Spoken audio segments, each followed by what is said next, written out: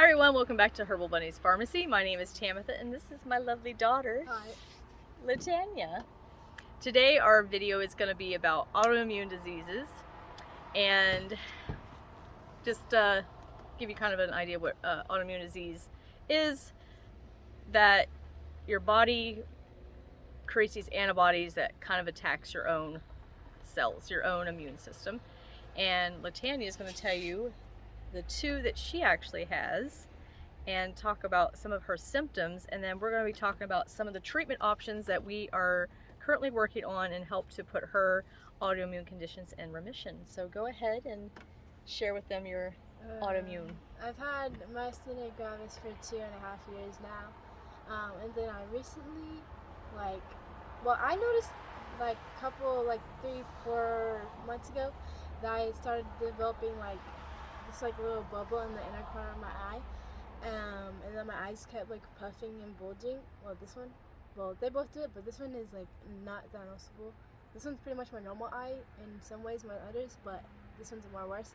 And I recently got Graves' eye disease, thyroid eye disease, or something like that. And with Myasthenia Gravis, it's an autoimmune disease that it attacks my immune system, and so my brain or something is listening to what my body is saying. So it's attacking my, what do you call these things? Your thymus. My thymus gland, that thing. That's the myasthenia gravis. Yeah. And then it makes me really weak. My hands, arms really weak. And when I first got myasthenia gravis, what I noticed is that the first thing I ever got is double vision. I started getting double vision out of nowhere. It's really hard for me to focus in class because I can't really see anything because the double vision is really bad. It was really bad. And then the second thing was my eyes started drooping. Those are the major signs that I got when I first realized it. And then I have these IVIG treatments that I do every month for 2 days, and it gives me really bad headaches for 3 days. But I take Motrin, Tylenol, Motrin, or Benadryl for those 3 days so that I don't feel headaches. They do give me something for headaches, but that literally wears off in a day or so, maybe a day. It depends on because sometimes it wears off before. You don't take Benadryl, you take Claritin. Ibuprofen or Claritin, that thing. Take Claritin, because if you have myasthenia gravis, you shouldn't be taking Benadryl. There's a whole list of medications. Yeah, no, not Benadryl, my bad. Yeah, don't take Benadryl. But what are some of the other symptoms that you notice with the chewing? Oh, yes, okay. And then double vision, eyes drooping, and then the major thing was chewing foods. It could be it might have been sometimes soft foods, but my chewing got really bad to where I could barely chew anything. So I really had to try and get soft foods. I couldn't really chew on on carrots, maybe types of meat. That was really hard at times too. And About the muscle weakness. yeah, I'm a muscle weakness. I get muscle weakness in my face, so I can't smile.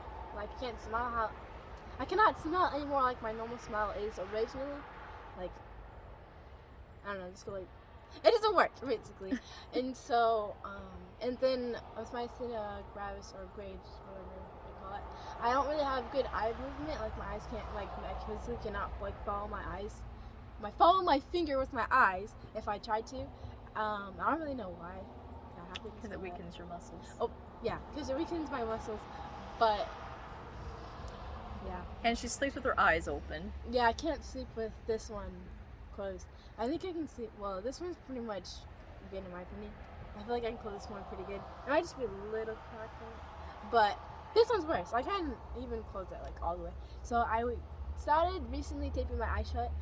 But I feel like it's not working because it makes my eye really bad when I take the tape off, or when I put the tape on. My eye gets really puffy and bulging. Not bulging. It gets really puffy and irritated. So I don't think that's a good idea for me. Keep the tape pressure on my eye. But before this, I used a night mask that I put on. I stopped using it though because before it got worse, that's what I used. But yeah, I'm gonna go back to that because I think that might help more. Okay. That tape. So some of the treatment things that she is currently on, they wanted to try an experimental medication where she was taking how many a day? Wasn't it like 5 or 6 pills a day? Like every 3 to 5 hours they wanted her to take something. 3. And the name had a bunch of numbers in it too. And only 90 people, and most of them were over the age of 65, that was on this medication.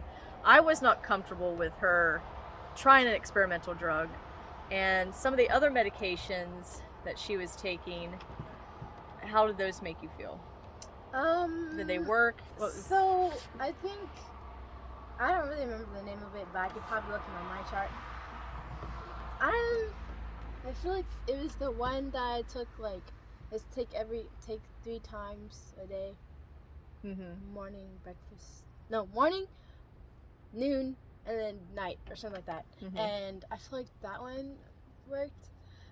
I don't know, all these other medications I feel like they're not working. Like, so far I've seen nothing, no changes, no nothing. So I feel like that one might have helped, but since my thing got worse, I don't know if it's gonna actually help with my myasthenia gravis. That was the medicine I was taking for myasthenia gravis, but the one I'm taking now, that's 4 to 5 times a day. I don't even know what the name of it is, but it's supposed to help with my myasthenia gravis. But I don't see any changes at all. Yeah, and she was diagnosed with the myasthenia gravis 2 years ago, like she had mentioned, and just recently she was diagnosed with thyroid eye disease and Graves disease. And so the Graves disease, it attacks what? It's in the name. My thyroid gland, thyroid thingy. My little thyroid up here attacks this, and my brain's telling it to stop or something, and it's ignoring my brain. It's producing way too much T3 or hormone thingies. Yeah, your thyroid. My thyroid hormone thingies, whatever. And my T3 or T4 thingy. I can't remember which one was high. T3. I think the T3 was really high, and then the other one was kind of low. Yeah. But it kind of like, I don't know. It's still high though. Yeah. So she is on another medication. They wanted her to take, what was it, 4 of those pills a day? Yeah, that one's the 4 to 5 times a day, and the other one is the 3 times. And they take it up 3 times a day. Yeah. So while she had her myasthenia gravis, we actually had her tested for several different food allergies, and a lot of these, well, they weren't allergies, they were sensitivities. So when you have any autoimmune disease, your body has these, when you eat certain foods that you may be sensitive to, it triggers an immune response where your body is already on autoimmune, so your body is already trying to fight off whatever it feels like is trying to attack whatever part of your body that you have. So hers is her thymus gland and her thyroid gland. So when you have a food sensitivity, they suggest that you eliminate those foods, which we're having a hard time with somebody taking out those foods that are sensitive, because it can trigger an immune response, and taking those foods out will help to lessen the immune response reactivity. So we are trying some different things, and we are going to be keeping you guys updated, because I want to put her on a protocol where she's eliminating those foods and also eliminating sugar. She loves sugar, and it's hard to get kids to to not eat sugar. Sugar is in a lot of things that she's finding out, and she'll like come up to me, can I eat this? I'm like, oh no, it has sugar. And corn is in everything. Corn is a sugar. We don't really digest corn very well, and most of our immune system is in our guts. We're working on her gut. She was actually born with, can you tell them what you were born? I almost the wrong thing. I was born with gastroschisis, which is a thing where my insides are actually outside of my stomach when I was born. So like they didn't develop correctly or something, and so it just, well, I wasn't I was alive though, but they said that I have a little chance of living, but I lived, so that's good. Yeah. Obviously 18 years later, here she is. So yeah, she was born with gastroschisis, and they had to just put her insides back in, and you know, it may or may not, something may have happened where she got some sort of bacterial infection that kind of went throughout the years. You know, anything could have happened. You know, it's really hard to pinpoint what causes these autoimmune diseases, and people who have autoimmune diseases if they have one, they're really highly susceptible of getting another. And unfortunately for her, she got 2 of them within a 2-year period. So we're really trying to emphasize with her that she needs to watch her diet and to help with her immune system, show her some support in her immune system. So do you want to talk about some of the things that you were allergic to, or not allergic, but the sensitivity, your list? Can you remember any of them? She's supposed to have these memorized. I cannot have any type of like fish, and like the only fish I can have is salmon. And I love this brand. That's like, it's actually like a salmon burger patty from Costco. I love those. They're actually pretty good. And I cannot have tomatoes. Types. I can have tomatoes. I gotta stay away from those. And then I think it was sesame.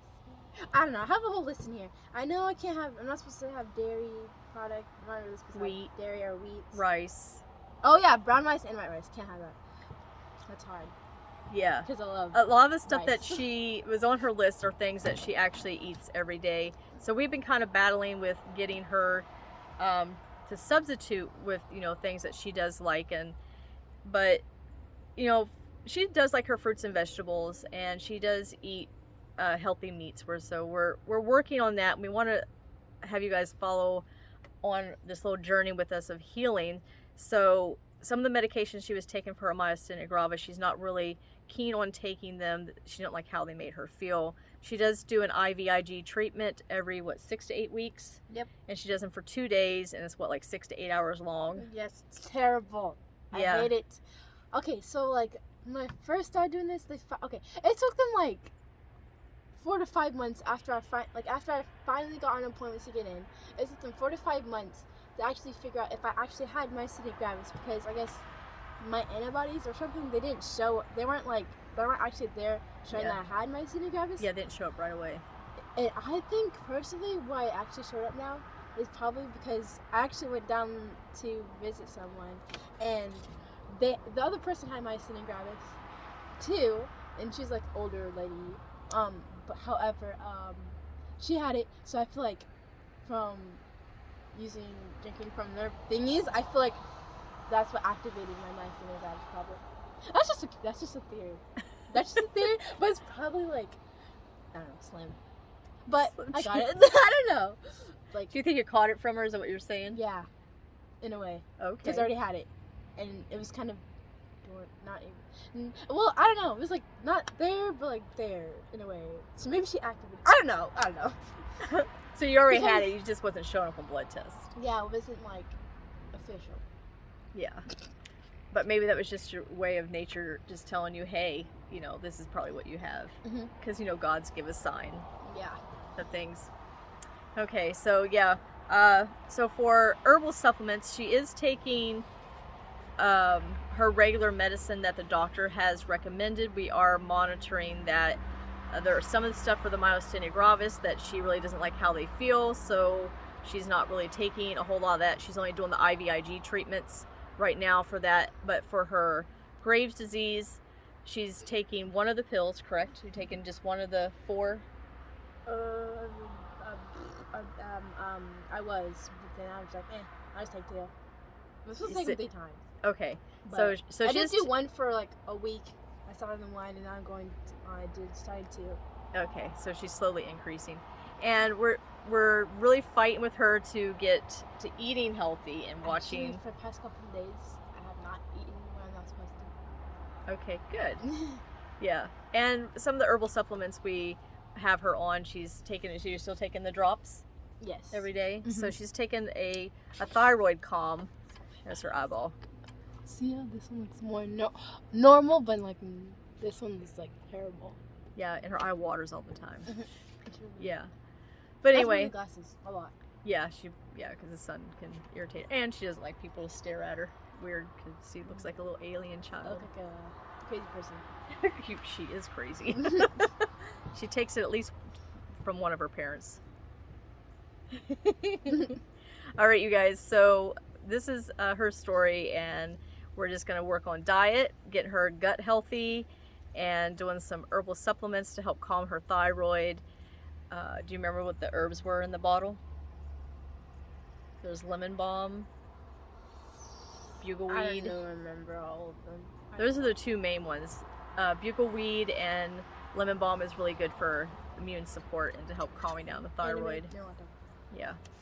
All right, you guys, so like, subscribe, share, and we will do a follow-up video hopefully in a couple weeks, and we'll check up on this lady and see how her symptoms are going and how she's feeling. All right, until next time. Bye. Bye.